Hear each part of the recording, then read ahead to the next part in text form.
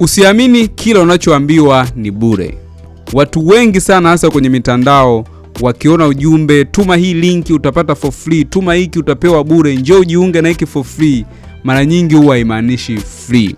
Kwenye marketing kuna kitu kinaitwa law of reciprocity. Ni kwamba mtu unatoa thamani kwanza kisha baadaye unalipwa. Kwa hiyo mara nyingi ukiona mtu anakuambia hiki kitu ni bure, tambua kwamba kuna kitu tu anataka kukuuzia, au kwenye ile process ya wewe kuambiwa ni bure kuna manufaa ambayo yeye anapata.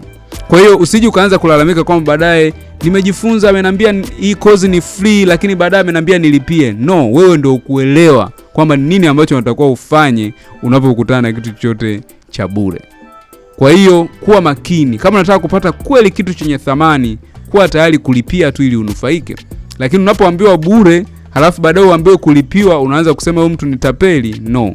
Hiyo ni marketing strategy. Badilika na ujifunze ili ikusaidie zaidi kutokuwa na negative mindset, badala yake uwe positive. Naitwa Joel Kadaga kutoka Joel Media. Follow for more ili ujifunze zaidi. Take care. Peace.